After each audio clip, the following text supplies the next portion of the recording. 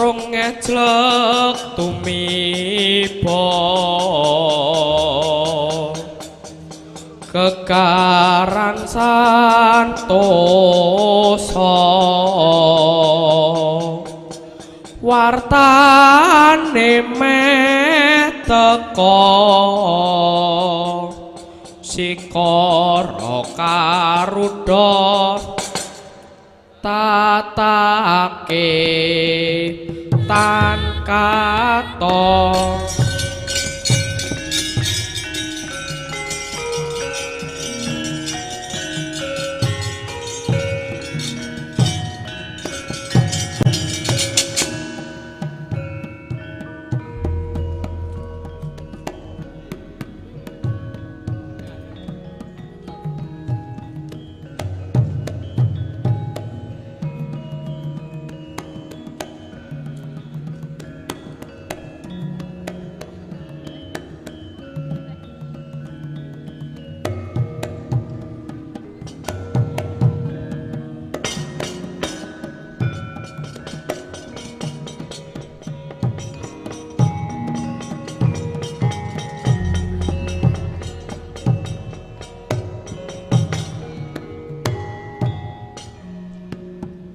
Padang Hanrawang Anyunari endahing Kadipaten Glagah Tinunu yang Surya saya manjer ngangkasa parantene saya muwi asri lan endahing kang dinulu sinten to ingkang katingal gagah pideksa godhek wok simbar jojo lah to menika putra nata ing pringgondani nenggih Arya Brajadenta dasar Nalendra Sekti Mahamara milotan mokal kathah jalma kang samya sumuyut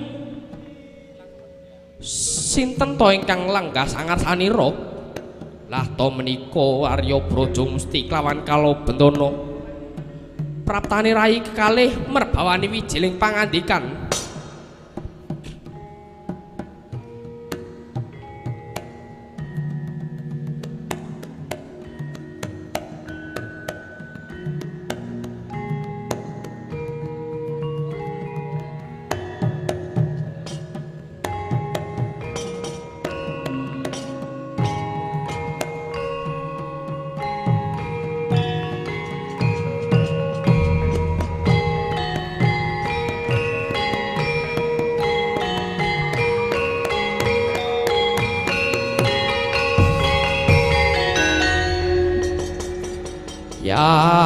yaksa gura rupa ri sedeng Nalendra yaksa lelaku kang mawaling kang gambira marang ngisesium metu prabata nesus ler prakempa kura mawalian tebya tur palarsa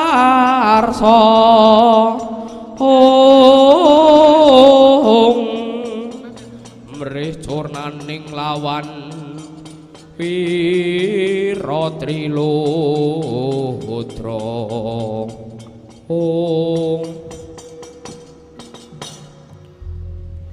Kakang Bradadenta sadurunge sing gedhe pangapuramu ya Kang tekaku kene kelawan Kakang Brajamusti mung arep nak enakake sebab apa dene Kakang Bradadenta wis sawetara suwe ora kersa seba ning parapatan Pringgondani Kang iya Kang mongko wis cetha lamunta anak anggir Pringgondani dadi pepayunge praja lan Kakang dadi pepati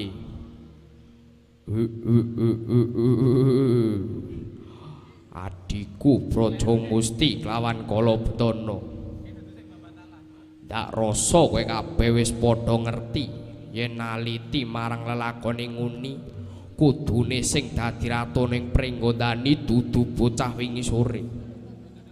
Kakang Brododenta, dak suwana aja ngumpek-ngumpek banyu bening Kang. Mengko malah gawe lingseme Rama Prabu Tremboko kelawan Kakang Arimba kang wis murut kasedan jati.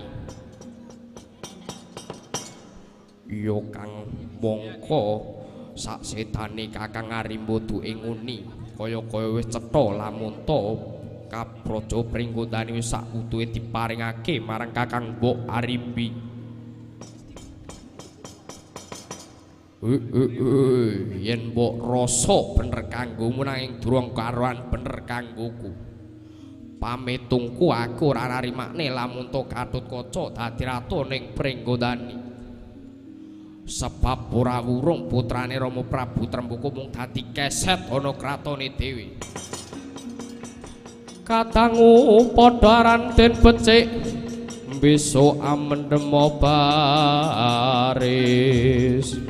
Paris kang prayitna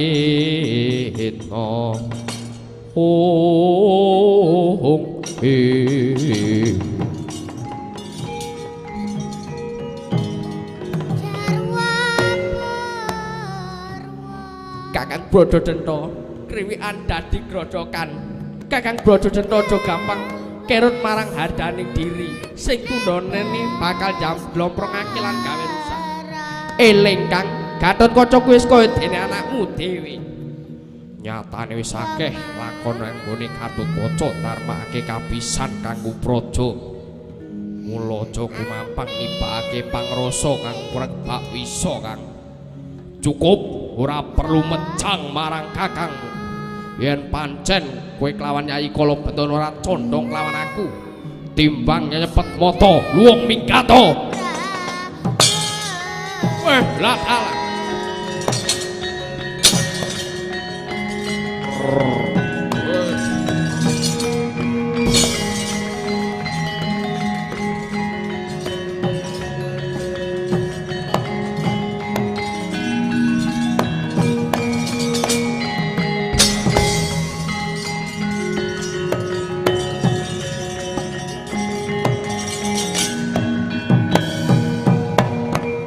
Iku sanyatane gonjang seret winangun.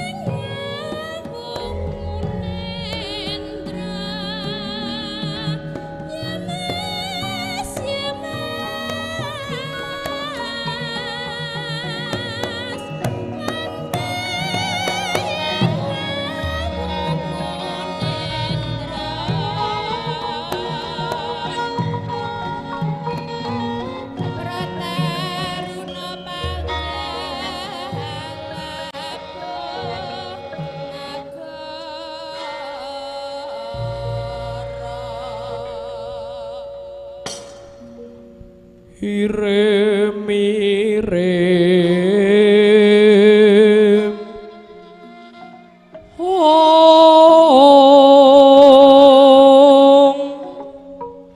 kembang popong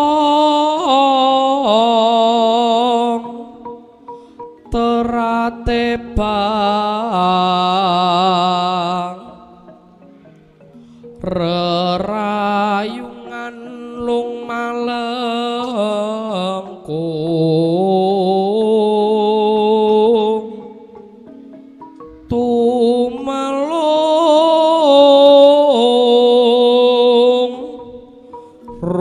ambating liyan awita kang mawor raras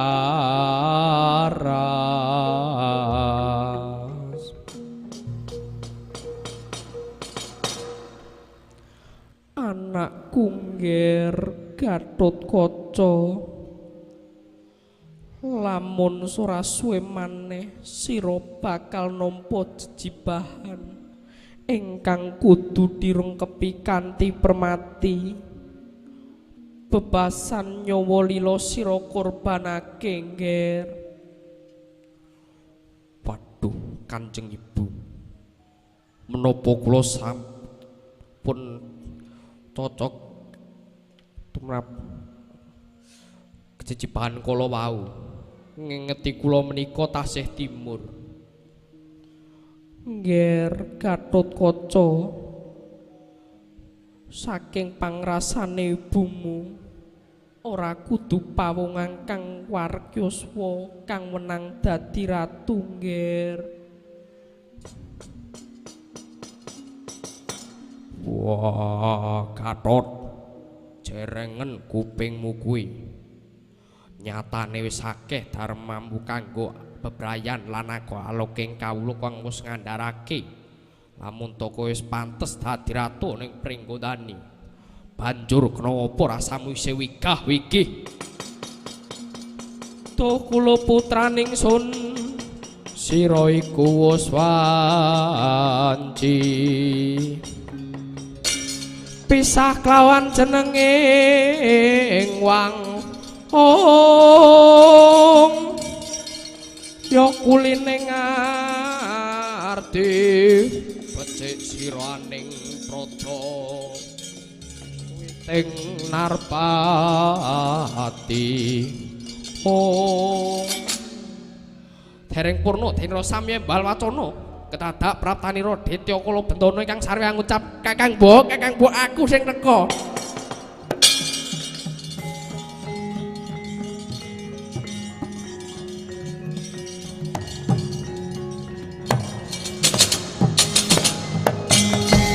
Kakang Mbok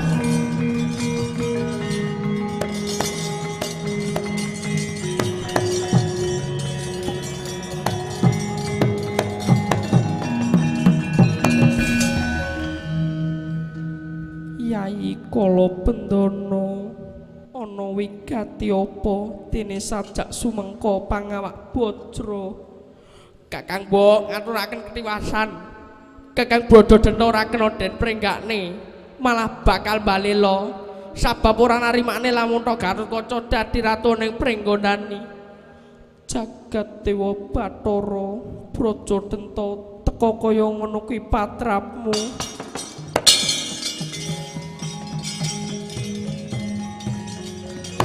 Kakang Mbok, mandheg Kakang Mbok.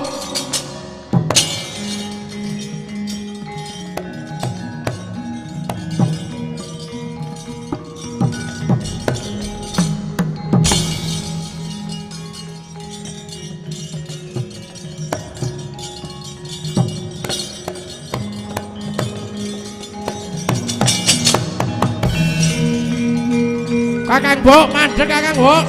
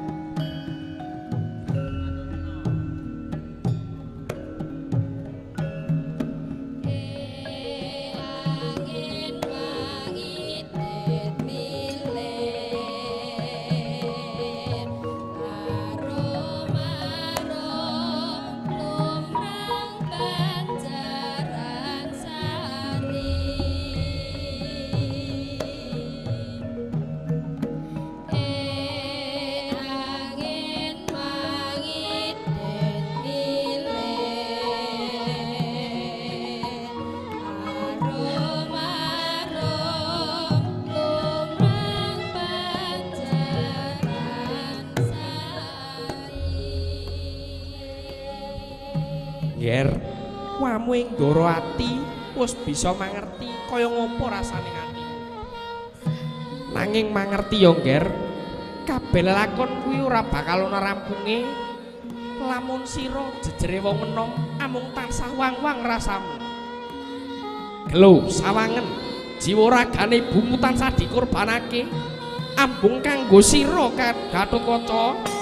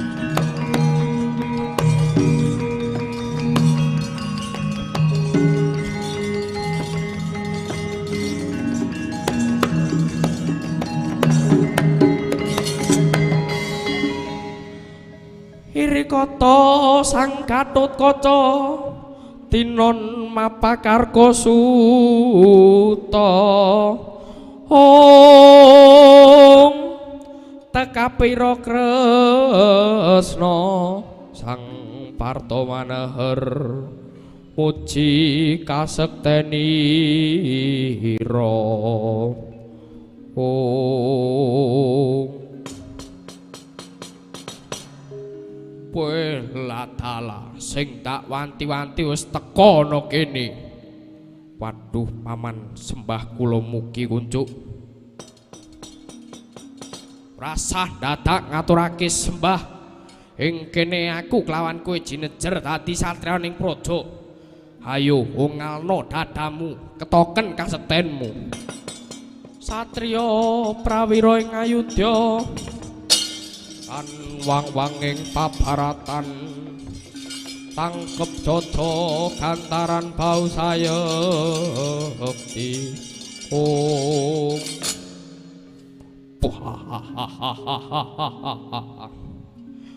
apa ora ana pawongan liya maneh bocah wingi sore dadekake ratu ning Pringgondani tiwas kebeneran yen mengkono bakal dak teter sepiro ampuhe calon ratu ing Pringgondani.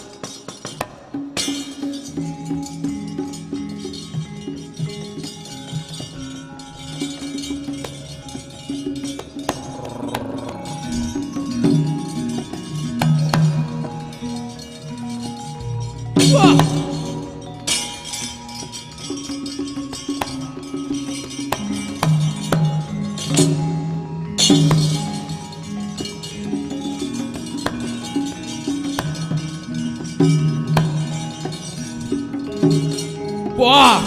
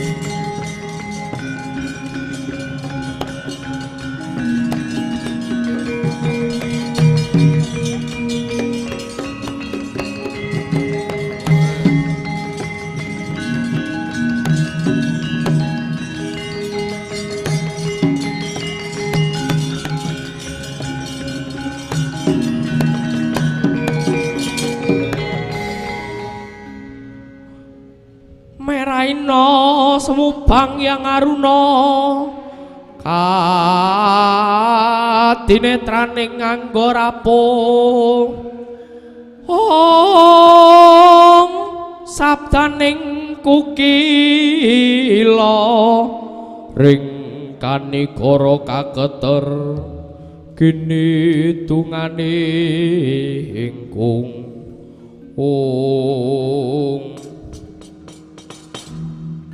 Nger Gatotkaca dak waspadake keseser yutamu inggih paman Nger pancene aku kelawan pamanmu Brajadenta kuwi siji-sijine awujud kesekten sing diparingake kelawan Prabu Pandhu duk rumuhun Nger mula sampurnanipun paman kanthi ngedu kumbo aku kelawan pamanmu Brajadenta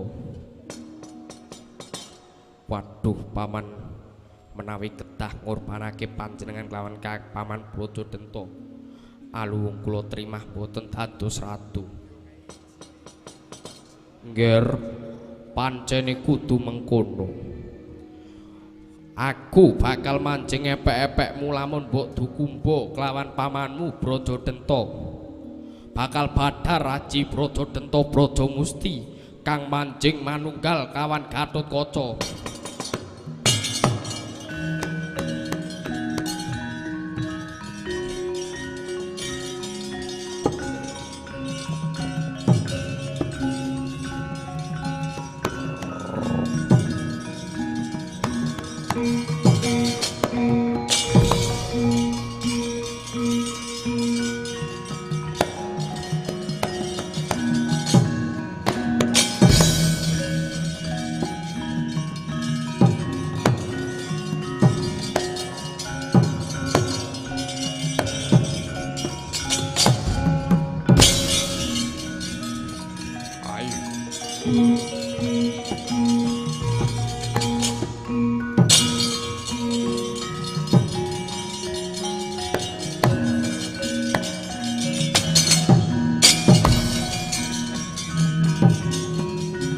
Wah.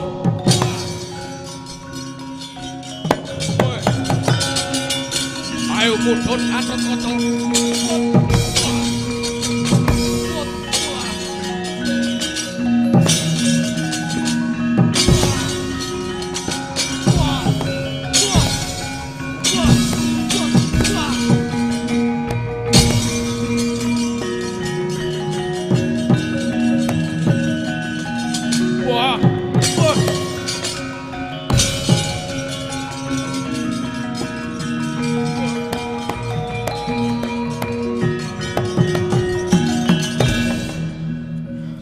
Katandak Arya Brajadenta dening Raden Gatotkaca eling sang Gatotkaca marang dawuhipun paman sigra dedawaken epek-epekira badhar Raji Brajadenta Brajamusti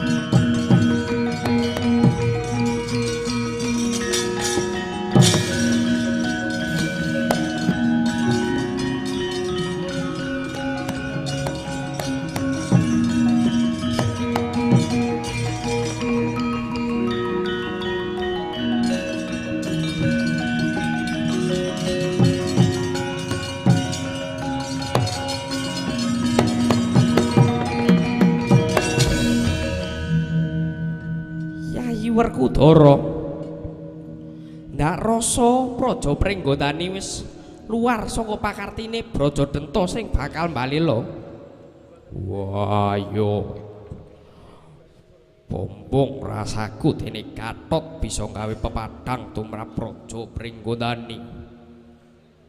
Iya, Yayi. Mongko tetep Gatotkaca dadi ratu ning Pringgondani, dadi kiblating kawula sak Pringgondani.